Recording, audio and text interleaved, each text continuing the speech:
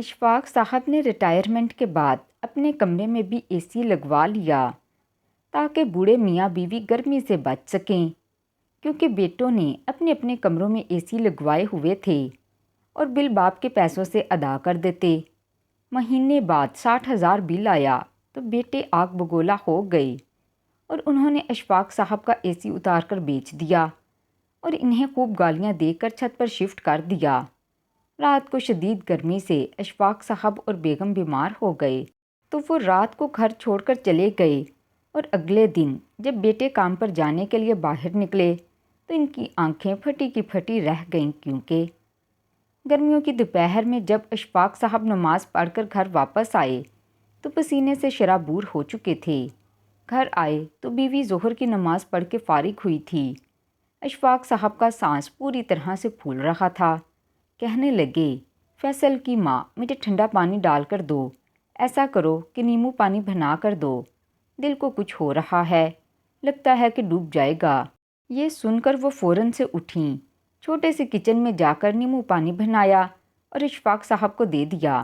گھونٹ گھونٹ پانی پینے کے بعد انہیں کچھ ہوش آیا۔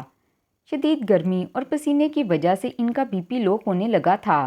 کہنے لگے، اب تو گرمی برداشت نہیں ہو رہی، لیکن کیا کریں، مہنگائی بڑھتی جا رہی ہے، اخراجات اتنے ہیں کہ مہینہ بعد میں ختم ہوتا ہے اور پیسے پہلے ہی ختم ہو جاتے ہیں۔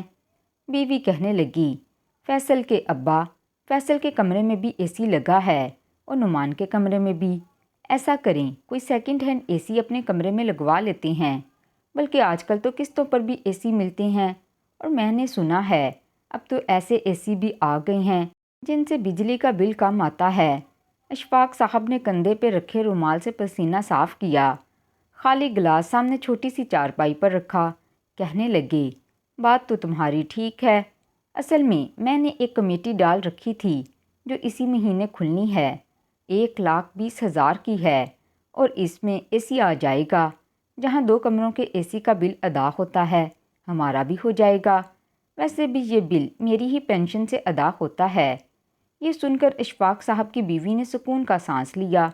گھر بڑا تھا، فیصل کا اور نعمان کا دونوں کا کمرہ بہت بڑا تھا، حالانکہ دونوں کا بس ایک ایک ہی بچہ تھا، لیکن 2 ٹن کے اے سی لگے ہوئے تھے اور دن رات چلتے تھے۔ شادی ہونے کے فوراً بعد ہی دونوں بہوؤں نے ساس سے بنا کر نہیں رکھی اور نہ ہی انہوں نے ساس سسر کی ذمہ داری لی، وہ اپنا ناشتہ خود ہی بناتی تھیں۔ جب دیکھا کہ بہویں سیدھے منہ بات ہی نہیں کرتیں اور نہ ہی ان کا کام کرنا چاہتی ہیں، تو بنا کسی لڑائی جھگڑے کے انہوں نے خود ہی کہہ دیا، بیٹا تم لوگ ہم دونوں کی فکر مت کرو، بس اپنے اپنے شوہر کا ناشتہ بنا لیا کرو۔ گھر کا ماحول اس لیے بھی اچھا تھا کیونکہ اشفاق صاحب کی بیوی نے کبھی ساس بننے کی کوشش نہیں کی تھی، اسی لیے وہ اپنا اور اشفاق صاحب کا کھانا خود بناتی تھیں، لیکن گھر کا خرچہ اکٹھا ہوتا تھا۔ بجلی کا بل اشفاق صاحب کی پینشن سے بھر دیا جاتا، باقی کے اخراجات ان کے بیٹے پورے کرتے تھے۔ راشن بھی ایک ہی جگہ آتا تھا، اسی لیے جس نے جو پکانا ہوتا وہ پکا لیتا، لیکن اشفاق صاحب کو ضرور اپنے بیٹوں سے یہ گلہ رہتا کہ ساری زندگی انہوں نے بیٹوں کی پرورش میں قربانیاں دیں، لیکن بیٹوں نے شادی کر کے بیویوں کا ساتھ دیا۔ بہرحال اگلے ہی روز اشفاق صاحب کی بیوی کی بہن کا انتقال ہو گیا۔ اشفاق صاحب کی تو طبیعت کچھ ناساز تھی، اسی لیے وہ سفر نہیں کرنا چاہتے تھے، لیکن ان کی بیوی روئے جا رہی تھی۔ انہوں نے اسے گاؤں بھجوا دیا اور جانتے تھے کہ 15 دن سے پہلے وہ واپس نہیں آ سکتی، اسی لیے 15 دن کھانے پینے کی ذمہ داری دونوں بہوؤں پر آ چکی تھی، لیکن دونوں کے ہی منہ بنے ہوئے تھے۔ اشفاق صاحب کو شوگر کا مرض لاحق تھا، انہیں ناشتہ صبح سویرے 9 بجے چاہیے ہوتا، لیکن بہویں 12 بجے تک اے سی والے کمرے سے باہر نہیں نکلتی تھیں۔ اشفاق صاحب دونوں بیٹوں سے کہہ چکے تھے کہ جب تک تمہاری ماں واپس نہیں آ جاتی، اپنی بیویوں سے کہہ دینا کہ میں ناشتہ صبح 9 بجے کرتا ہوں، مجھے اٹھ کر ناشتہ بنا دیا کریں۔ دونوں بیٹے برا سا منہ بنا کر کمرے میں چلے گئے، لیکن دونوں کے ماتھوں پر بل پڑے ہوئے تھے، جانتے تھے کہ بیویاں صابر شاکر اور خدمت گزار ہرگز نہیں، لیکن اگلے ہی روز 9 بجے دونوں بیٹوں کی بیویاں کچن میں موجود تھیں، برتن زور زور سے پٹک رہی تھیں۔ اشفاق صاحب جب اپنے کمرے سے باہر آئے تو بہوؤں کی بڑبڑاہٹ سن چکے تھے۔ بڑی بہو چھوٹی سے کہہ رہی تھی، خود تو بڑھیا بہانہ بنا کر گاؤں چلی گئی اور اس مصیبت کو ہمارے سر پر چھوڑ گئی۔ چھوٹی بہو کہنے لگی، ایک تو اس بڈھے کے بڑے نخرے ہیں، ناشتہ 9 بجے چاہیے، دوپہر کا کھانا 1 بجے چاہیے، شام کو چائے 4 بجے چاہیے۔ توبہ ہے بھائی، پتہ نہیں یہ دن کیسے گزریں گے۔ ایک تو بچے رات بھر سونے نہیں دیتے، سوتے سوتے رات کے 2 بج جاتے ہیں۔ اب صبح اٹھو، اس نواب کے لیے ناشتہ بناؤ۔ بہوؤں کی باتیں سن کر اشفاق صاحب کا دل دکھی سا ہو گیا۔ ان کے اٹھنے سے پہلے پہلے ان کی بیوی ان کے لیے ناشتہ رکھ دیتی تھی۔ ناشتے میں وہ ساگودانہ لیتے تھے، لیکن بنا چینی کے۔ چائے بھی بنا چینی کے ہی پیتے تھے۔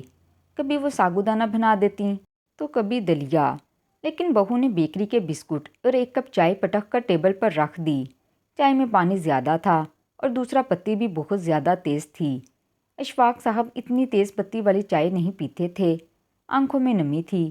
بامشکل جب انہوں نے پہلا گھونٹ چائے کا بھرا تو بالکل کڑوا تھا۔ انہوں نے چائے واپس رکھ دی۔ دونوں بہویں دوبارہ سے اپنے کمرے میں گھس گئی تھیں۔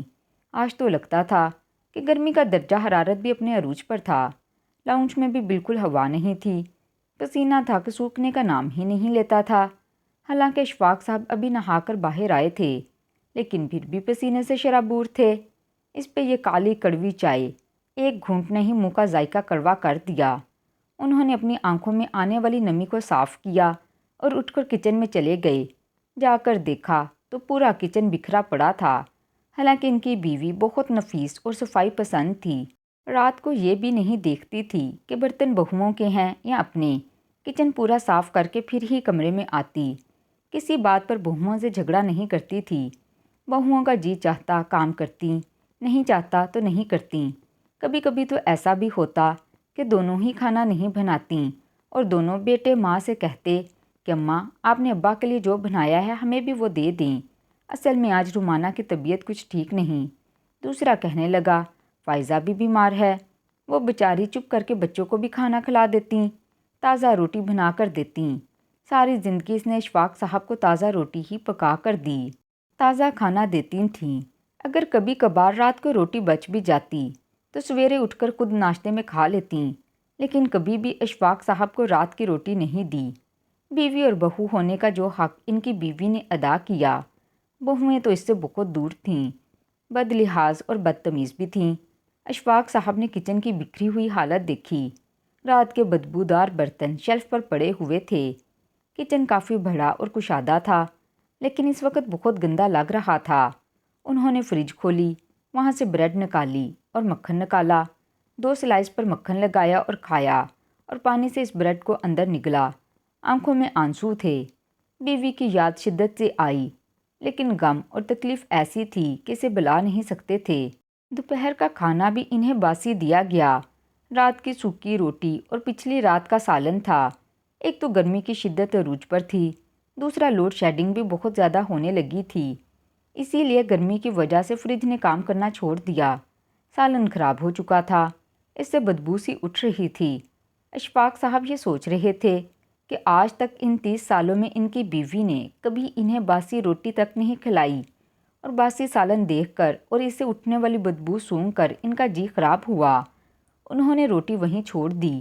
اپنی بہو سے کہنے لگے مجھے بس 1 گلاس دودھ دے دو۔ کہنے لگیں ایک تو ابا جی آپ کے بڑے نخرے ہیں، ابھی میں نے روٹی سالن دیا ہے اور آپ کو اب دودھ یاد آ گیا ہے۔ اشفاق صاحب کو یہ سن کر بڑا غصہ آیا۔ کہنے لگے اپنے باپ کو ایسا کھانا کھلاتی ہو کیا؟ سالن سونگھ کر دیکھو کتنی بدبو اٹھ رہی ہے، اور روٹی بھی رات کی دی ہے۔ حالانکہ اشفاق صاحب کی بیوی کہہ کر گئی تھی کہ بہوؤں سے زیادہ الجھیے گا مت، لیکن اشفاق صاحب کا ضبط یہیں تک تھا۔ یہ سن کر تو بڑی بہو کا منہ پھول گیا، غصے سے لال پیلی ہوئی۔ کہنے لگی ایسا کریں اماں جی کو بلا لیں، آپ کو تو وہی سنبھال سکتی ہیں، کیا مصیبت ہے، کبھی یہ نہیں کھانا تو کبھی وہ نہیں کھانا۔ اچھا بھلا سالن ہے، لیکن بدبو آ رہی ہے۔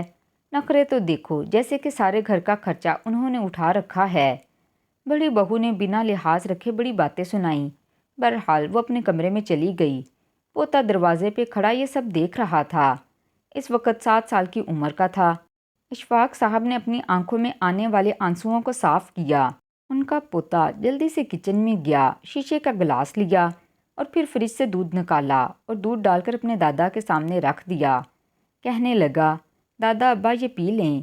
پوتے کو دیکھ کر اشفاق صاحب کو اس پر بڑا پیار آیا، اسے پکڑ کر گود میں بٹھا لیا، چومنے لگے، کہنے لگے، تو میرا خون ہے نا، اسی لیے تیرے اندر برداشت نہیں ہوا کہ تیرا دادا بھوکا رہ جائے۔ وہ بھی دادے کے سینے کے ساتھ لگ گیا، کہنے لگا، آپ فکر نہ کریں، جب اماں بوڑھی ہو جائیں گی نا تو میں بھی اپنی بیوی سے کہوں گا کہ اماں کو باسی کھانا دیں۔ اس نے آنکھ دباتے ہوئے یہ کہا جیسے اپنے دادا کو راضی کرنا چاہتا ہو۔ بے اختیار اشفاق صاحب کے چہرے پر مسکراہٹ پھیلی۔ بچوں کی باتیں ایسی ہی ہوتی ہیں کہ انسان کو بھلا دیتی ہیں۔ رات کو بیٹے بھی آ گئے۔ کھانا ٹیبل پر لگا تو عجیب سا سالن تھا، حالانکہ چکن اور آلو کا شوربہ بنایا تھا، لیکن شوربے میں پیاز تہرتے ہوئے نظر آ رہے تھے۔ اشفاق صاحب تو یہ دیکھ کر ہی بھڑک اٹھے، کہنے لگے، ایسے بناتے ہیں کھانا؟ فیصل تم یہ دیکھ رہے ہو، ٹماٹر اور پیاز الگ تہرتے ہوئے نظر آ رہے ہیں۔ تمہاری ماں نے کبھی اس طرح کا کھانا کھلایا ہے تم لوگوں کو؟ ارے عورت کے نام پر دھبا ہیں تمہاری بیویاں، انہیں تو کوئی سلیقہ آتا ہی نہیں۔ فیصل کہنے لگا، اتنا بھی برا نہیں بنا۔ اس نے وہی سالن اپنی پلیٹ میں ڈالا اور بیٹے کے ساتھ کھانے لگا اور کہنے لگا، اگر اماں کو کھانا اچھا پکانا آتا ہے، گھر صاف ستھرا رکھنا آتا ہے تو وہ پڑھی لکھی بھی نہیں۔ ابا یہاں تو آج کل کی لڑکیاں اعلیٰ تعلیم یافتہ ہوتی ہیں یا پھر گھر کے کام کاج کرتی ہیں۔ اشفاق صاحب کہنے لگے، یہ اچھی تعلیم ہے جو نہ سسر کے سامنے زبان درازی سے روکتی ہے اور نہ ہی طریقہ سے لکھا سکھاتی ہے۔ اس سے تو تمہاری ان پڑھ ماں ہی اچھی۔ آج تک اس نے کبھی میرے ماں باپ کے سامنے اف تک نہیں کیا اور نہ ہی مجھے کبھی ایسا کھانا کھلایا۔ شادی سے پہلے تو تم لوگوں کے بھی بڑے نخرے تھے، ذرا سا سالن میں نمک مرچ تمہاری ماں سے کم زیادہ ہو جاتا تو تم دھاڑتے ہوئے کہتے کہ ماں یہ کیا کر دیا، تھکے ہوئے آتے ہیں، کھانا تو ٹھیک سے دیا کریں۔ اور یہ کھانا، اب تو تم لوگ بڑے آرام سے یہ کھانا کھا رہے ہو۔ یہ کہہ کر وہ ٹیبل سے کرسی پیچھے کر کر کھڑے ہو گئے، کہنے لگے، فیصل کھانا کھانے کے بعد مجھے بازار سے دہی لا دو، میں دہی کے ساتھ روٹی کھا لوں گا۔ فیصل کہنے لگا، ٹھیک ہے، میں کھانا کھانے کے بعد آپ کو دہی لا دیتا ہوں، اور بھی کچھ چاہیے تو ابھی بتا دیں۔ کہنے لگے، صبح ناشتے میں مجھے ڈبل روٹی اور سادہ دودھ چاہیے، ایسا کرو ڈبل روٹی تم لا دو، دودھ میں خود لے لوں گا۔ اپنی بیویوں سے کہنا کمرے میں بیٹھی رہیں، کوئی ضرورت نہیں میرا ناشتہ بنانے کی۔ یہ کہہ کر وہ غصے سے اپنے کمرے میں چلے گئے۔ 24 گھنٹے ہوئے تھے ان کی بیوی کو میکے گئے ہوئے، لیکن ان کا یہ حال تھا کہ مجبوراً اپنی بیوی کو فون کرنا پڑا۔ وہ بیچاری روئے جا رہی تھی۔ کچھ دیر اسے تسلی دینے کے بعد کہنے لگے، تم کتنے دن یہاں رکو گی؟ وہ کہنے لگی، میری بہن گئی ہے، اس کے بچے ابھی بہت رو رہے ہیں، کہتے ہیں خالہ جان کچھ دن تو ہمارے پاس رک جائیں۔ وہ کہنے لگے، اگر تم یہاں رک گئی تو شاید میں مر جاؤں گا۔ یہ سنتے ہی وہ کہنے لگی، اشفاق صاحب اللہ نہ کرے کہ آپ کو کچھ ہو۔ وہ کہنے لگے، ان دونوں لڑکیوں نے میری زندگی اجیرن بنا کے رکھ دی ہے، کڑوی چائے میرے آگے رکھ دیتی ہیں تو کبھی باسی روٹی اور باسی سالن۔ تم جانتی ہو کہ مجھے ایسا کھانا کھانے کی عادت نہیں، مجھ سے تو یہ سب ایک دن بھی برداشت نہیں ہوا۔ موقع ایسا ہے، میں تمہیں کبھی بھی یہاں رکنے پر انکار نہ کرتا، لیکن خدا کے لیے جتنا جلدی ممکن ہو سکے واپس آ جاؤ۔ 3 دن اشفاق صاحب نے دہی کے ساتھ ڈبل روٹی کھا کر ہی گزارا کیا، اور 3 دن بعد ان کی بیوی بھی واپس آ چکی تھی۔ پھر جا کے اشفاق صاحب کو سکھ کا سانس آیا، لیکن وہ بھی گرمی سے بے حال تھی، پورے جسم پر گرمی سے دانے نکل چکے تھے۔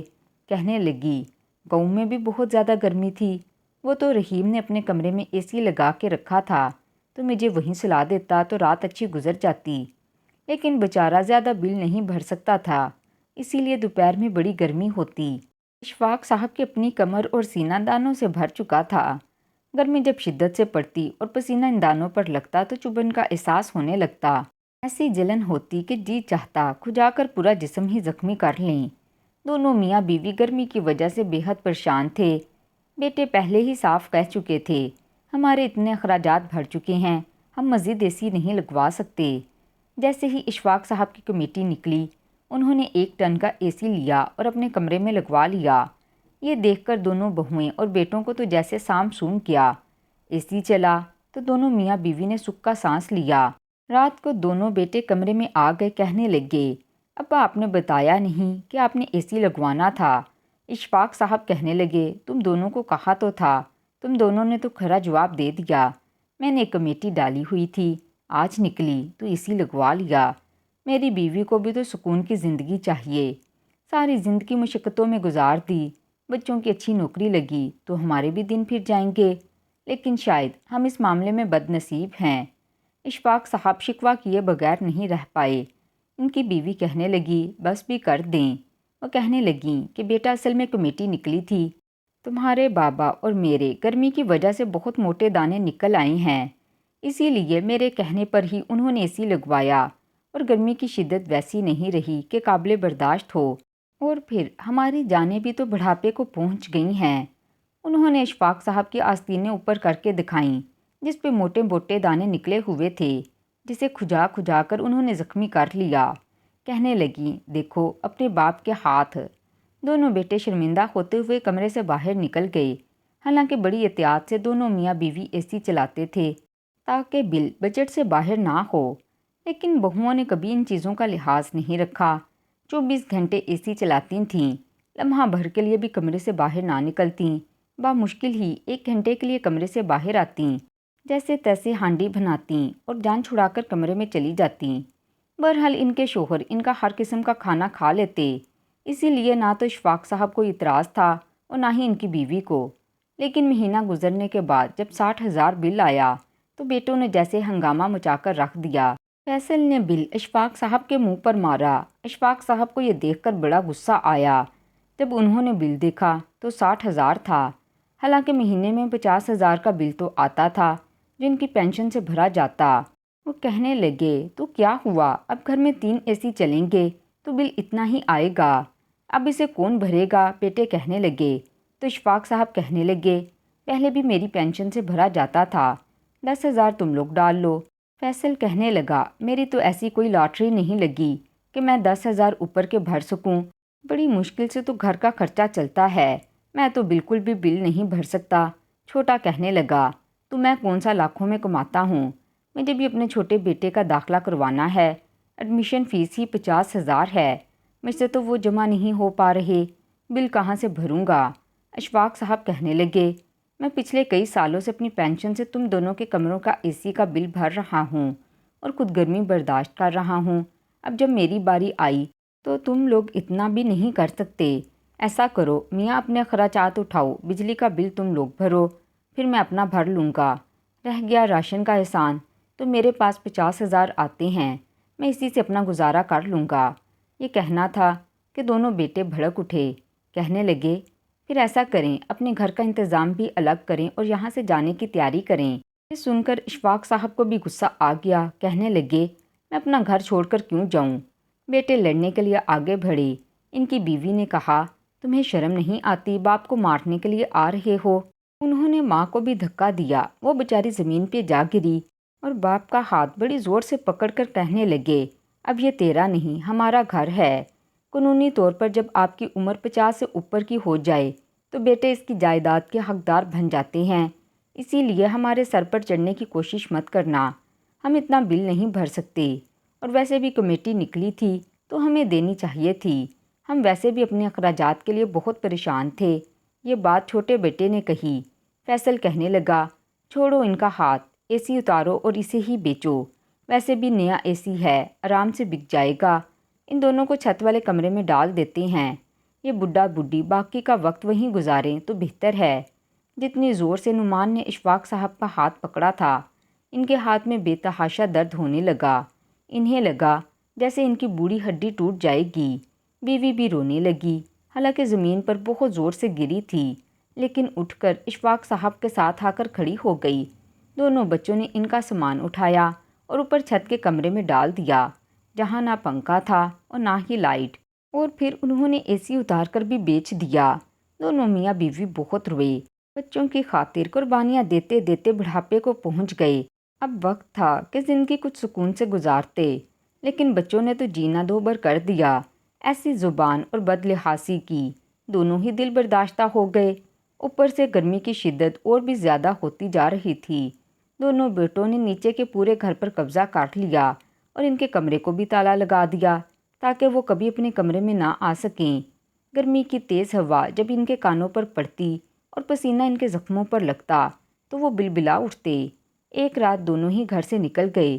جب دونوں بیٹوں نے دیکھا کہ ماں باپ گھر سے جا چکے ہیں تو انہیں کوئی بھی فرق نہیں پڑا، بلکہ انہوں نے تو خوشی منائی کہ پورے گھر پر قبضہ ان کا ہو گیا ہے، اور ماں باپ خود ہی گھر سے نکل گئے۔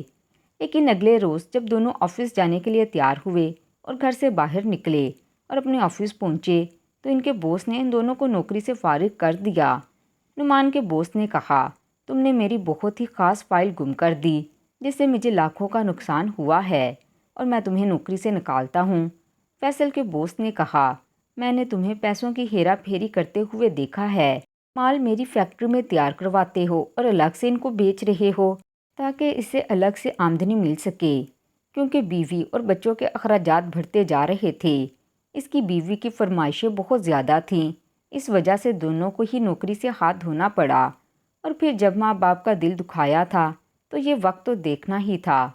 دونوں روتے ہوئے واپس آئے۔ جب بیویوں کو یہ پتہ چلا تو وہ بھی پریشان ہو گئیں۔ تب انہوں نے اپنی بیویوں کو گالیاں نکالیں کہ تم لوگوں کی وجہ سے ہم نے اپنے ماں باپ کو گھر سے باہر نکلنے پر مجبور کر دیا، اور آج ہم اس حال میں آ چکے ہیں کہ شاید ہمیں فاقے کاٹنے پڑیں۔ اشفاق صاحب اور ان کی بیوی گاؤں جا چکے تھے۔ اشفاق صاحب کی بیوی کی جس بہن کا انتقال ہوا تھا، اس کا بیٹا رحیم بہت اچھا تھا۔ ان دونوں میاں بیوی نے اشفاق صاحب اور ان کی بیوی کو باخوشی اپنے گھر رکھ لیا۔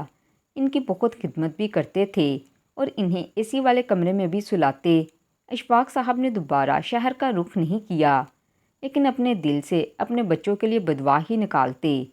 دونوں کے حالات اس قدر خراب ہو گئے کہ گھر تک بیچ کر کھا چکے تھے، یہاں تک کہ اپنی اپنی بیویوں کے میکے میں رہنے لگے اور ہمیشہ ان کے طعنے سننے کو ملتے۔ ماں باپ کی نافرمانی کا تو یہی انجام ہوتا ہے۔ تو ناظرین، کیسی لگی آج کی کہانی؟ کہانی پسند آئی ہو تو ویڈیو کو لائک اور چینل کو سبسکرائب کریں اور کمنٹ باکس میں اپنی رائے کا اظہار ضرور کریں۔ اللہ حافظ۔